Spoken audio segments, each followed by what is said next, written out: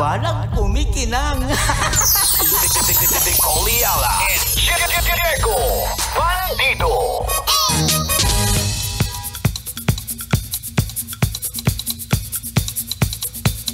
Hey!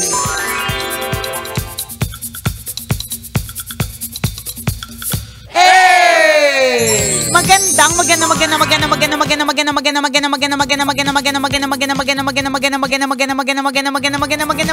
tanghali. Kumikinang na ulo, Diego Bandido.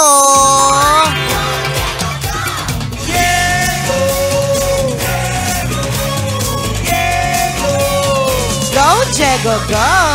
Magandang tanghali. Kumikinang ina. Nicole Ayala, Nicole Ayala, Nicole Ayala, Nicole Ayala. Dear Nicole Ayala and Diego Bandido.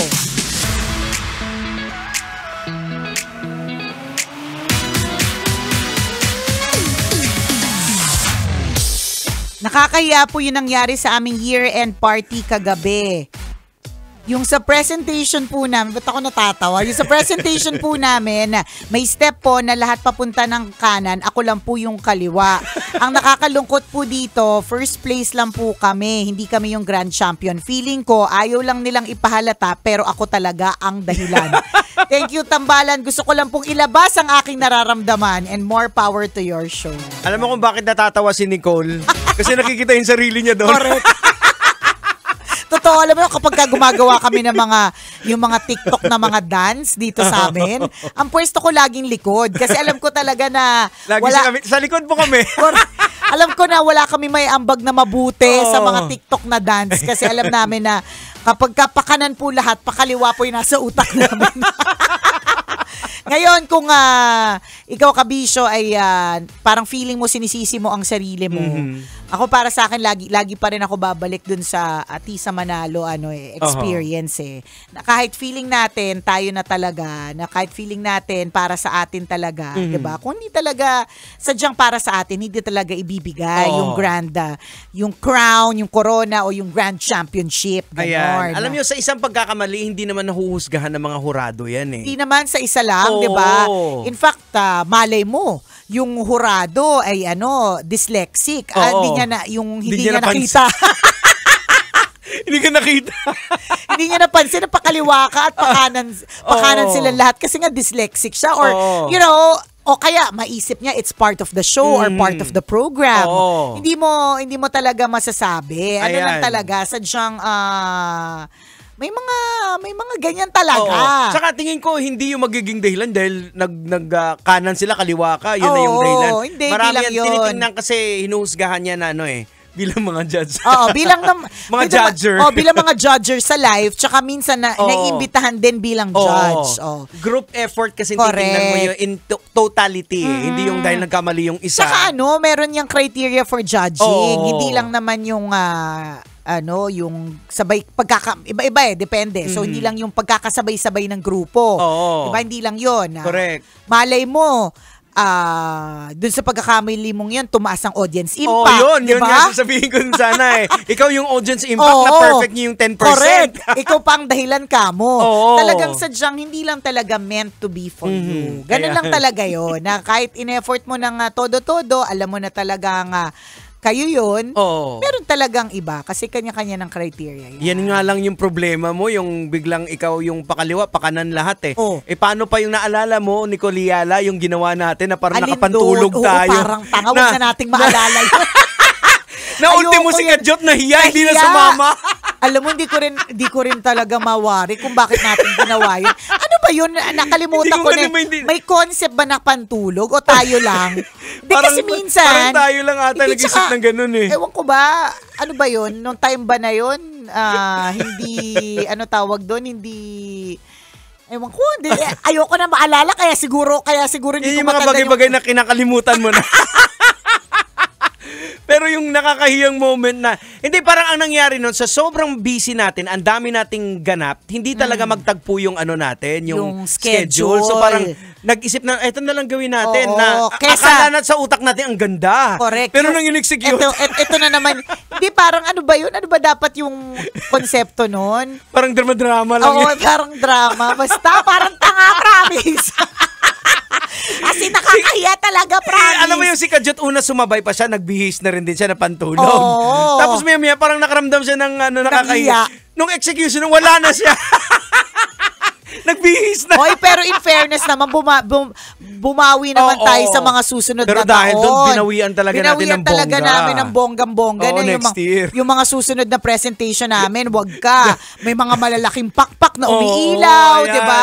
Yun na Talagang talaga. meron kaming hinire na photographer, choreographer, oo. makeup artist, nag-ano pa kami, nag-renta pa kami ng hotel room. Oo, yun yung una't huli talaga na ginawa natin. Kasi ayaw na namin magkamali. Yun naman din yung ano, at ayaw na namin mapahiya. Oo. So, yun naman din yung maganda kapag ka nagkakaroon tayo ng mga nakakahiyang mga moments. ayan. That it teaches you a lesson. Correct. O At malay mo, next year, di ba? Ikaw na yung pakanan, sila naman yung pakaliwa. correct. O, di ba? Ganun yun. Ikaw pa rin mag-isa. Yun pala yung natutunan na kailangan pakanan ka. Nagbago na yung choreography sa kaliwa na. Kumanan ka. Mali yun. Alam mo, yan yung sinasabi namin na paulit-ulit na mangyayari sa'yo isang bagay hanggat hindi mo natututunan yung lesson. Baka naman din, it's also a lesson on your part. Kaya ka feeling guilty so much about this na parang feeling mo ikaw yung dahilan kung bakit first runner-up lang kayo. Kasi baka alam mo sa sarili mo na hindi ka nag-practice. Ayan, hindi Alam mo mo sa tinutukan sarili, yung correct. ano. Alam mo sa sarili mo na nandun ka sa bahala na samantalang sila. Oo. Puspusan even after work, Correct. nag-e-effort sila na Tama. na kayo ay magkita, Oo. na sila ay magkita at mag-practice at mag-rehearse. Oo, ikaw yung tipong you don't pay attention to details. Yes. Oo. Ganon. Na petiks-petiks lang sa'yo. Oo. Di ba? Ganun yun, kabisyo. Well, so mahalaga po talaga mga kabisyo na tayo ay mag-relax. Kapag may nangyari po sa atin na medyo hindi maganda, edi katulad na lagi ko sinasabi na there's no use crying over the spilled milk. Yung lesson to be learned. For all you know, ikaw nga na nakaalala eh. Oo. Di ba minsan naman, Tuwan na sila talaga kasi naka-first runner-up kayo. kaya nga, di ba? Baka Masyado lang mataas yung expectation mo. Siguro may mga tao talagang sadyang competitive, 'di ba? May mga ganyang klase mga tao na kapag ka may binigay sila ng isang bagay, siguro ganyan ka na klase ng tao na kapag ka may task na assigned to you, hindi ka ayaw mo na nagkakamali ka. At pag nagkakamali ka, you're too hard on yourself. So, it's also a lesson na don't be too hard on yourself. At saka, relax ka lang, party yun. At saka malay mo, ikaw talaga yung sumusunod, dapat talagang kaliwa talaga. Sila yung sila kumanan. Mali silang lahat, ikaw yung tama. Di ba? Ganun talaga yun.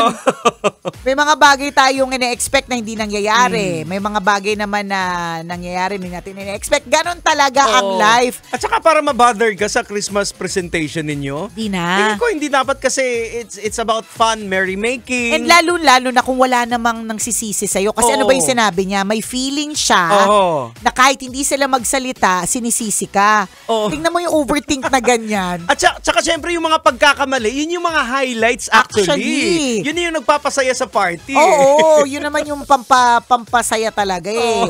I mean, pinapalakpakan natin yung magagaling sumayaw. Pero feeling magaling sumayaw or magaling kumanta. Pero feeling ko equal din yung palakpak dun sa mga wale. Correct. 'Di ba? So kung ikaw yung wale yung kumanta at sumayaw, pakaliwa ka sila lahat pakanan, ikaw yun din yung pampasaya. Buo sa'yo yung 10% ng audience Tama. impacting mo, sa'yo talaga yun eh. Baka nga kaya nag-first runner-up kasi na 10 points yung audience impact dahil sa'yo eh. mo. Doon lang pala nagkatalo dun sa second runner-up. Diba? Doon sa audience impact. Ayan, dapat pang third kayo, naging first tuloy kayo dahil kumaliwa ka. Kaya nga.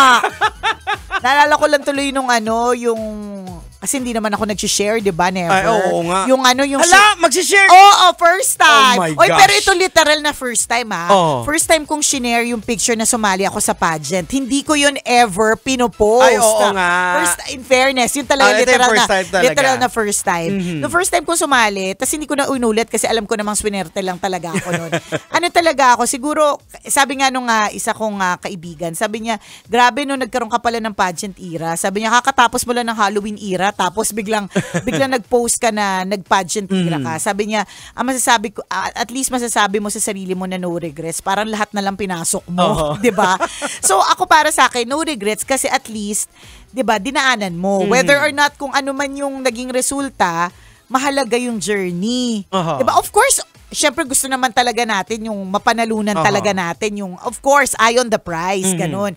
Pero the fact that you joined, pwede namang hindi eh. Pero ito yung tanong namin na Nicole Yala sa mga nakikinig ngayon. Bakit ngayon mo lang naisipan i-post yan? Ayaw na nanay ko. Okay. Kasi, alam ko ayaw niya eh. Actually, parang ayaw niya ibigay yung album na yan eh. Kasi alam niya ipopost ko.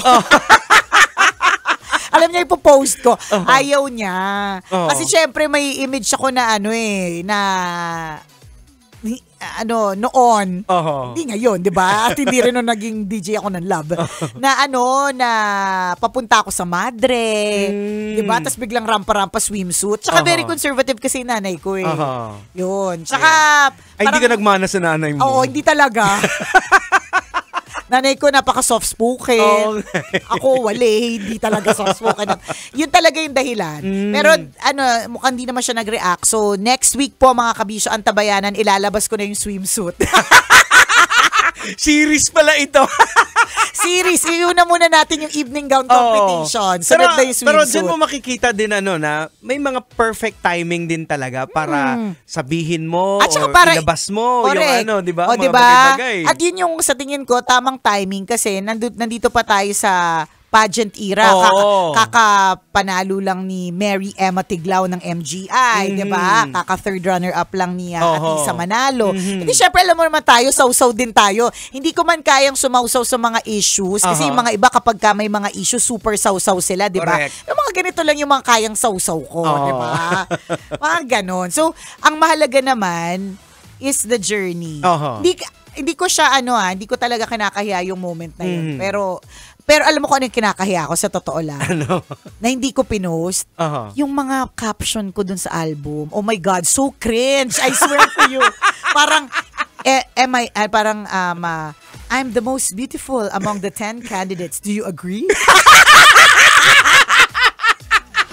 Alam mo yung word art ng araw? Yung word art na, basta word art siya, tapos magta-type ka, tapos yun, kinot ko siya, dinikit ko sa colored paper, para dalawa yung color na layers, tapos yun, I'm the most beautiful among the 10. Don't you agree?